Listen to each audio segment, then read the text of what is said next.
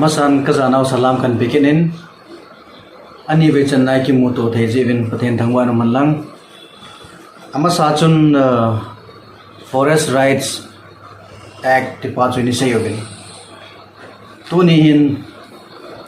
tu lai ta hot topic jong hi tho biodiversity management ti pa hi ke saila ti pa hi kalunga aumin biodiversity management and land rights ti pai chomhot iki holim devin kan dei na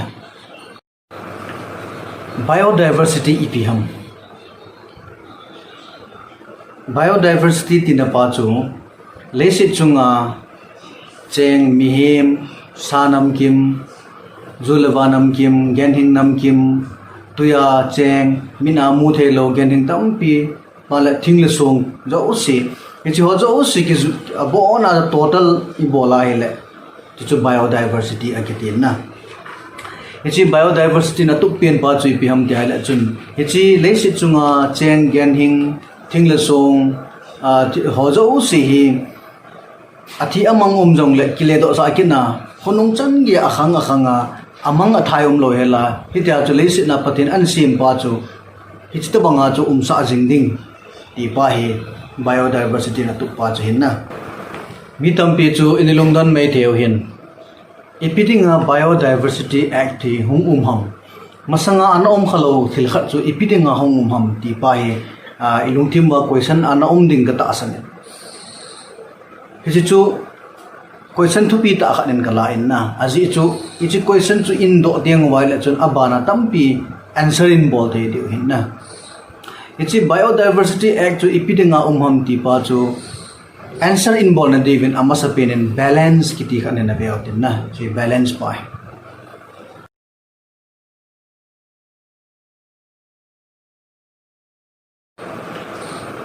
lesit chunga hin balance kiti hi aumin pathenin thilasi mapan hin thiljo si hi balance a se mahin teka khanin tui lei gamjang sanga zuleva thiljo si hi balance a se ma ama le ama ki thi to dinga he asim so ke hin aban to chichung chu na chun system ki ti khani asimin chi system chi piham tile tui khanglen lampi asimin eho bible ajong ki mo hin na chi tui khanglen lampi asimin aban to hui chinading lampi asimin chi tui khanglen le hui china lampi ho cha phata cha achi to sel ji a chu ehon goi muwa aban to khalai chu lai phalbilai ni pi lai tia hi abi a chi climate no hi nei ki no ba hi chu ho chu ong abon ong ki su gom hoi sela phata cha achi to selai le chun leisi chungi ama le ama achama chu hum ki do do ki jia tia chu khanga chu jeng the ya chule asunga cheng gen hing nam kim thingphung songphung mihim mina mu thelo gen hing ho ti sanai tia chu khanga chu ama la ma hum ki do do jia tai ichen homo leisi ni leisi nai tai ichi pi o hi ti pa hi isei no movin ahin la mihim hi ihung khang to ta bin ihung khan to dung ju chun masanga village ainum pau chu tun town hong su in town apanin city hong su in eti chun factory ja in nevin dam ja ho in savin aban to gari ja in gisim aeroplane simovin to tingle van lai gila landing rocket ho ta bong in gisimovin eti chun ihung khang to ta bin hi le achai chaina jun piung di tam tile tu khangin ichi naw gamsunga gammang anati ho jo chi sa ban in su si bin nei le tu hin 2019 data dung joi chun ipiham tile india gam jo si igo khomai le chun chila hin 21.67% bo hi forest gaminei ta aban le lesit chunga ibe tengai la chun 31% bo hi forest gam akinei tan adang si isu sit gamuwa permanent adinga isu sit noi tan akile do zo loi tai ti pa cho hin tu ni khwa heading ai de juile ichi india sunga 21% hobe mi inei oi tan gam mang kiti gam jang kiti aban to lesit chunga 31% bo inei oi tan ale chun hichite ni lấy sự chung ngã chun 31% noi lam chu hung kisu kinan lang gam jang mong chu gam ma mong chu ta hi le ipi hung te diam ti pa chu question khat hin na la ya hin tuin teka khanin COVID-19 lockdown sunga thilsu ho hi ga velew han chi lockdown sunga chun iptm tile sa ho hi na gam janga pan ahung po do bin mihim chen la ahung ba le levin aji chu mihim do se ina mai ta ji chun aban to tui ho hi badung ho hi pet le factory apana anian ho long lut loi ta ji chun amala mai ti chun amala ma hung thieng se tan na aban to hui ho hi bet tengai la chun masanga delhi ho bong a hui nen dan ki dang ho chu i bet teng le tu lockdown sum chun hui ho a thieng tan na aban le thing phung nam ki moi ti chun amala ma hung ki do aguin chung chu na chun i bet tengai la hang pi ai mi hi bet teng le COVID-19 ki jat na pa achomin ti ko yan lang le alhang pi in mi ho hi idam thei ja mu be ti pa chu i mu thei ho bin na i chu ho sin pi vet sa am dia la chun leisin hi aki do nom tai na aban to mi hi mo hin leisit hung amala ma hung ki do na dinga hi pani la ong ngai tai ti pa hi avet sa dingin ta sanin na leisit chunga gambai po hon hitabang ichiam now leisit na chi biodiversity ti pawan jo explain bol pau chu hi hu bit angai tai ven bit angai tai ti ho sa na hin 1992 kumjun 194 gam hoi akisuto win hi biodiversity convention ti khani ana semo win na hi convention pa chu 1993 apan hin ahong ki mang pan tai hi convention dumjoi chun ho India injong biodiversity act 2002 ki semo win aban to biodiversity rules 2004 lo inki semo win hi biodiversity act chun ipi ham atu pa cho ipi ding nga chi act ki sem ham ti pa che bana ivet devin ka dei na hi biodiversity act na tu pen pa cho ipi ham tile local level apa na international level chan ya ai mihim jo si ki tho homa ipi knowledge nei bang amo chang si forest gam amo chang si ipiti ihu bit diu ham forest ha cheng ho tribal hole forest gama khusa hon itabang knowledge nei obam che gam hu bit dinga cho jong hin la khoma he cho chu go khoma chi to lesit chunga chi biodiversity tina pa chu gyanhing nam kim thing phung song phung chi amo chang se ipiti hu bit ding ham tia pan la khom din ti pa he biodiversity act in atu pen chu hin na chile sit chunga thing la song gyanhing EPP he jong la chi biodiversity sunga jo si hi iman pha la ding chang ta man ding teka khana sa kha chu saphu ti taw te saphu chu amana tam dia chi ma wa ikizu thai yang ole ne ko khat la saphu chu le sit chu hungum lo ti tan na tho to bong chu hi lo ding iman ho chu ding chang ta man ding thing iman la ding chang ta man ding song iman la ding chang ta man ding akhang khanga chu ki chai lo sa ding ti pa hi chi biodiversity act chun atu pa hi in icha chu ding chang ta in man dia ngai la chun aphat chom na tam pi hung po do an tin chi aphat chom na pa chu mizo si ki hop dil ki ding ti pa chu ai in na ipiti ki hop dil dam ti pa chu aban la se yote India sunga hin biodiversity National Biodiversity Authority ti khanaumen aban to state zo se an state biodiversity boards ki ti aumen ji te ni hin rule tho act ho an sem ding aban to local level a hi local level biodiversity management committee ki ti hi e ho local self government level ki tile thinglanga chang te dinga chu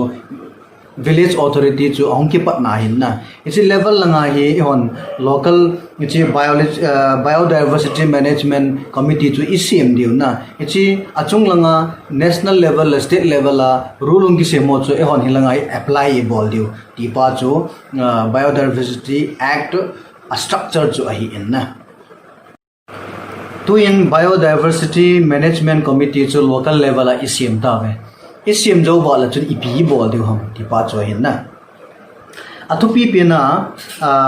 chi BMC chin I bol di pen pa cho la People's Biodiversity Register kiti khani ICM dio hin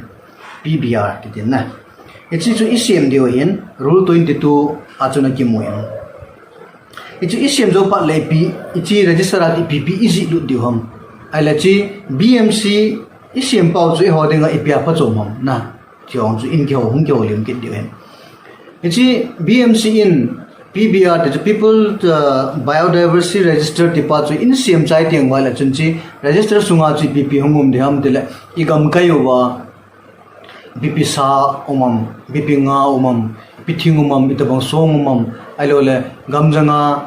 PP umam pipa acha umam apachom thil itabanga vending apachom na alole ho in chi ho chu IPT event obam gam khet tamong ki koi jiu na khosunga tho tabang gam khet ki koi tho tabang ichi traditional knowledge ti ho he nong chu register sunga chu hung lu din aban to low il howa low ho he mo ho wa khat be il ho na pa chu kum som tamong ki le do sa ki do wa chi jo pa le il ho ki no tamong chi knowledge ho tamong na ai lo le adang dang pute pate chon dana gam sung ven bit nedinga IPP knowledge in man ji gam ti hoyong chapo na chu PBR sunga chu hunglu di hin na hunglu tinga le chun chi PBR ho chu hungki la home in India pompi sunga chu hungki vet home tinga le chun hilanga hoi pa chu hilanga man the hilanga hoi pa chu hilanga man the man to le le chi biodiversity pa chu ven bit ding ti pa chu chi BMC in evolving wa athapi pen chu hin to in biodiversity heritage sites kiti pa na ve din na che section 37 a ki mo in biodiversity heritage sites kiti hi gam be khat chu ven bit na dinga phate cha legal ta ven bit ding na chi record na sa ding ti pa chu hi in na ala chun chi hot bang heritage site chu IPT hung ki sem do the diam dile ama sa pe na hi chi BMC level apa na hi state board na application khat achi ngai chi ke ho gam hi van bit angai tan je chun chi hi van bit na ding in heritage site na chun ni koi lut pi win dia application achi ding khat angai na ai lo wai la chun chi state board chun chi gam ko ma BMC level a chu invite nang an bol the hin na na ho ga mi van bit dinga kilom ta hin je chuni chi van bit na ding in heritage site na hin henglu no te te a chu invitation zo hung the ki na hin na ton mi tam pi long boy na de pa chu pyam tile biodiversity act to ahung ki che pi tai BMC sem ta ve ai lo ai la chun chi e ho gam lang chu biodiversity heritage sites angki la lut tai ai la chun kin kagam rai chu ipitiri tam ti pa cho hin nai long bon dio chu it's chu lai chu na viau til it's biodiversity act ki jp hanlang biodiversity heritage site in igam chun hinla jong le hilaya chun eima land right pa chu among the poi ti pa chu amasape nai het devin ka dai na aban to chi igam sunga thingle ho ai lo le chi salangai wa ho chilchum chumi bol ho yong chu imacha aboi poi chi section 2 a chen ta na ki moin na chung chu na chun aphat mo na lang hilobin aphat na lang pa chu pi ham tai la chun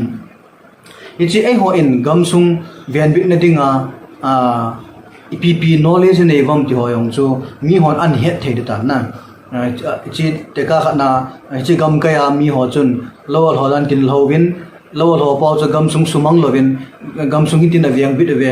forest city hin aviang bit ave a hu bit ave ti ho ta bang knowledge ho chu hong chi tan aban to mo hin mun kha ni sukha lovin gam khen na koi vin iti chen angai cha no nyang ne ve na ki la ji ve kyo ta bang knowledge nyang ne ho chu mi ho het na hong di tan na aban to biodiversity heritage site tag kiti khamin na tag pa chu in mutiang wai chun national level lo international level chan ge ajong chu mi he nai hong mum dio min igam pa chu chi tag to chun an da thai le chun beilam ta chu an he the de tan na amana chun hi chi igampa chuma sanga ai le ki in government scheme new hongjin cha chu gam ho chu akhan to na dinga isim jin to ai biodiversity act no ya ip hum ti de ham dia le chun ichi gampa chu ven bit na ding le ho bit na ding asunga thingphung gencha gening sa langa ti ho pona ven bit na dinga chu government in fund in bi dio na ichi fund to ki thup ma chu ho in ai ma gamma ma chu ki ven bit ki dio hi ti pa chu isei no mo lai igam sung hi asigam tan ivet te ngai le gammang ki ti mong chu ha satan hi ji chun chi biodiversity act no ya pan ha lai la wai la chun igam ho hi masanga ta banga gammang hung so kina apa chom chu ei mama hi ding hi ti pa he ma chai na 17 ke ma let khulun son ta ka hi in ka number jong ka pi in exam tia het be no mal le personal discuss i bol no mo om long le chun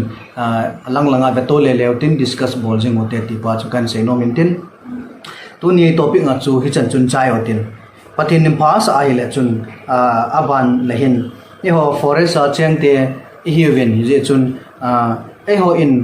kapu ka pa gam ti jong le han government adinga chu forest land a hin na je chun ichi forest a cheng hi je chun forest to ki mana epp forest act na ela forest conservation act ho wildlife protection act ho hi neu i het thim mo ngain so chu i het thim lo wa hele chun ne ko khat le pya yung ki boi na theu jong omin na aban to chun tu government in jong ichi 2019 na amendment bill ho to bang ichi forest rights act to ai nei ho hi la amang ding ti ho to bang chu policy omin na so bang chu i het thim mo wa le chun i ki vian thei diu hin ye chun pathian phasa le aban nei chi ho chu het thene dingin ti chun khat ve ki holim ki no ten tu nya ding chu ni chan chun chai o ten ka ki pa e